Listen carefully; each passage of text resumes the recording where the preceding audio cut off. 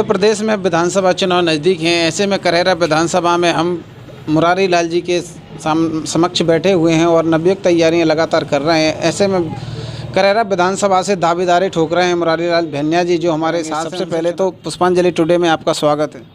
नमस्कार। ये सभी आप मैदान में उतरे हैं विधानसभा करेरा में, किन किन मुद्दों को लेकर आप मैदान में दावेदारी पेश कर रहे हैं? देखिए, सबसे बड़ा मुद्दा है किसानों का, जो कृषि से आते हैं किसान, और शिक्षा का। क्यों शिक्षा बिल्कुल चौपट हो गई है यहाँ। क्यों हो गई है कि सरकार गवर्नमेंट है, वो जो बीजेपी की गवर्नमेंट है, वो उस पर ध्यान नहीं दे रही है। तो सबसे बड़ा मुद्दा शिक्षा का है और कृषि का है। यहाँ हमारे दिनारा क्षेत्र में डैम नहीं है और 20 साल से सरकार बैठी है भाजपा की। दाऊ हनवत सिंह हुए हैं और उनने 2 डैम बनाए थे और उनका सपना था कि मैं दिनारा क्षेत्र में भी नहर ले जाऊंगा, लेकिन वो उनको दोबारा मौका नहीं मिला दुर्भाग्य से। और आज वो दिनारा क्षेत्र सबसे बड़ा अहम मुद्दा है। दिनारा क्षेत्र क्यों कि सूखा पड़ा हुआ है और वहाँ कई कमियां हैं। वहाँ नगर पालिका नहीं है दिनारा में, और ITI होने चाहिए। तो जिस शिक्षा में है और खेतों के लिए जो कृषक लोग हैं उनके लिए व्यवस्था होना चाहिए। पानी की सबसे बड़ी पानी की व्यवस्था है, पानी पीने के लिए नहीं उधर, क्यों कोई स्रोत नहीं है। देखिए, शिक्षा की बात करें तो शिक्षा में तो आप भी शिक्षक रहे हैं और अचानक शिक्षक के बाद अब शिक्षा कार्यकाल पूरा होने के बाद अब आप शिक्षा से राजनीति में आना, इसका क्या मतलब? राजनीति में तो मैं पहले ही से हूँ। जब टीचर नहीं बना था उससे पहले मैं राजनीति में था। 14 साल की उम्र में मैं कार्यकर्ता बन चुका था दाऊ साहब के टाइम में, और पहले का था मैं, और उनके साथ में रहता था और उन्हीं से मैंने सीखा है। वो ईमानदार थे और इतने ईमानदार थे कि उनने जो भी आज ईमानदारी का उनका पूरे क्षेत्र में दिख रहा है। दाऊ साहब के बाद और कोई अच्छा विधायक नहीं बना है यहाँ दाऊ साहब की बात। तो मेरा उद्देश्य ये है कि उन्हीं के कदमों पे मैं चलूँगा। अगर मुझे मौका देती है विधानसभा में पार्टी और जनता का आशीर्वाद रहा तो उन्हीं के कदमों पे मैं चलूँगा। उन्हीं को मैं लाइक करता हूँ सबसे ज़्यादा। वर्तमान में भी कांग्रेस का विधायक है और आप इतने मुद्दे गिरा रहे हैं, आपको क्या लगता है वर्तमान विधायक ने कोई कार्य नहीं किया क्षेत्र में? क्यों वो क्या है कि वर्तमान विधायक BSP से आए हैं और BSP की विचारधारा और कांग्रेस की विचारधारा में बहुत अंतर है। कांग्रेस की जो विचारधारा वाला होता है तो वो काम करता है, कितना ही सीधा विधायक हो, अगर कांग्रेस की विचारधारा कूट कूट के भरी है तो वो काम करेगा, अवश्य ही काम करेगा।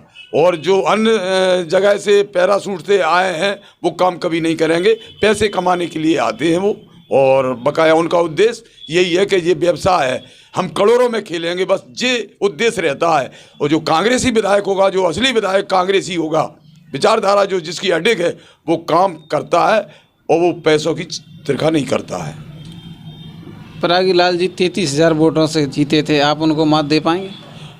वो क्या था कि जसवंत जाटव जी यहाँ से चले गए थे बीजेपी में, तो वो आक्रोश था जनता में। क्या है कि ये 3 साल से 3 बार से ये पैर छीते थे और पैर छीने के अलावा हार रहे थे, और इनको मौका दे दिया कांग्रेस पार्टी ने, बूती भी मिली, और उनकी जनता का गुस्सा था उन पर, जसवंत जाटव जी पर, इसलिए चुनाव जीते वो। और उनमें कोई ऐसे कांग्रेस के कोई गुण नहीं है, और वो जितने भी मतलब वो उनके साथ में हैं 50% जो उनके साथ में हैं वे सब बीजेपी के मिले हुए हैं, जो उसकी जो कंपनी में है उनकी में, और कार्यकर्ता उनके साथ में नहीं है। क्यों है कि वो कांग्रेसी नहीं है। आपको क्या लगता है बीजेपी सरकार लगातार महिलाओं के लिए 1,000 रुपये महीने दे रही है, 450 का सिलेंडर दे रही है, आपको लगता है कहीं ना कहीं फ़र्क पड़ेगा? ये छलावा है, जनता सब जानती है, महिलाएं पढ़ी लिखी हैं, वो सब समझ रही हैं कि ये चुनाव तक है ये सब, और इसके बाद में चुनाव के बाद वही 1800 का सिलेंडर मिलेगा। और वो लाडली का जो पैसे है, चुनाव नहीं आए होते तो ये लाडली बहना नहीं होती, और चुनाव आज से 5 साल बाद होते तो ये कुछ भी नहीं होता। कांग्रेस का वचन पत्र 1500 रुपये महीने देने की बात कर रहे हैं, 500 रुपये सिलेंडर देने की बात कर रहे हैं, क्या सरकार बनने के बाद खरे उतरेंगे?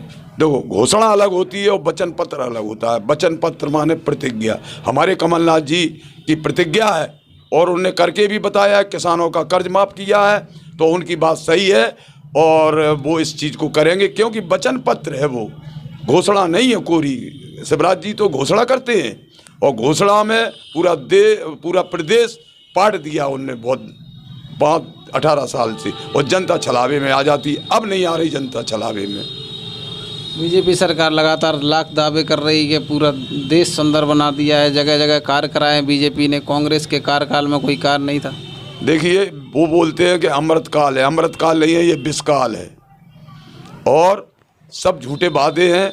जनता परेशान। शिक्षा चौपट है पूरी ऑल इंडिया में, शिक्षा और कृषि और दोनों स्तंभ है नागरिक के जो उद्धार होता है जिससे, और दोनों उनने चौपट कर दिया। बताइए कैसे अमृतकाल बनेगा? सब पूरा विषकाल कर दिया। शिक्षा यहाँ की, जैसे शिक्षा में जब विज्ञान की ओर हम जा रहे हैं आज आधुनिक में, तो भैया वेदों का जो उनने दिया है, ठीक है, मैं वेद मानता हूँ, हिंदू हूँ और मैं भी मानता हूँ, लेकिन डार्विन का जो सिद्धांत है, जो डार्विन का सिद्धांत है विकासवाद का, उसका पार्ट एनसीईआरटी से हटा दिया है। तो शिक्षा कहाँ है? कैसे हम चंद्रमा पे पहुँचते हैं, कैसे क्या करते हैं, ये पूरे पार्ट जो छुटपन में हमने पढ़ा है विकासवाद का, और मनुष्य कैसे उत्पन्न हुआ है, क्या है, और भूगोल का पूरे जो पढ़ाए जाते थे वो पूरे एनसीईआरटी से सब खत्म कर दिए हैं। आप लगातार क्षेत्र में दौरे कर रहे हैं, आपको लगता है कांग्रेस पार्टी आपको टिकट देगी?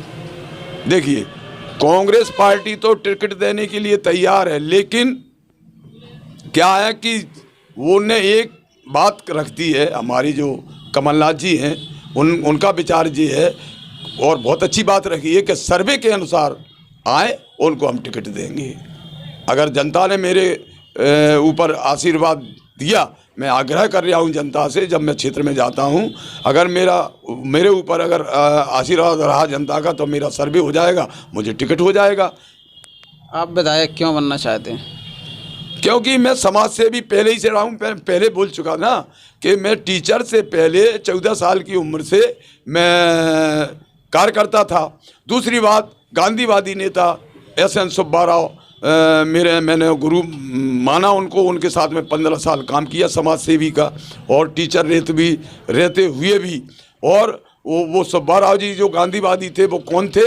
मैं बता रहा हूँ कि वो जो सन 70-71 में जो डाकू समस्या थी, उन्हीं से समर्पण कराया था। उनके सानिध्य में मैं 15 साल काम किया है। मैं समाज सेवी हूँ, और मैं इतना नहीं, मैं मुँह से अपनी तारीफ नहीं कर रहा हूँ कि अगर मुझे टिकट मिला जीतूंगा, और दोबारा मैं मना करूंगा अभी पार्टी से कि मुझे टिकट नहीं चाहिए, मुझे पार्टी टिकट देगी, मैं ऐसा काम करूंगा। क्यों? कि मैं कांग्रेसी हूँ। कांग्रेस विचारधारा अडिग रहती है, काम करती है। अगर जनता आपको आशीर्वाद देती है और आप विधायक बनते हैं, तो सबसे पहले मुख्य मुद्दे शहर के क्या रहेंगे? शहर के मुद्दे ये हैं कि जो यहाँ की जो नगर पालिका है खड्ड-बड्ड पड़ी हुई है, इसको मुख्य मुद्दा ये है। दूसरा है दिनारा को नगर पालिका।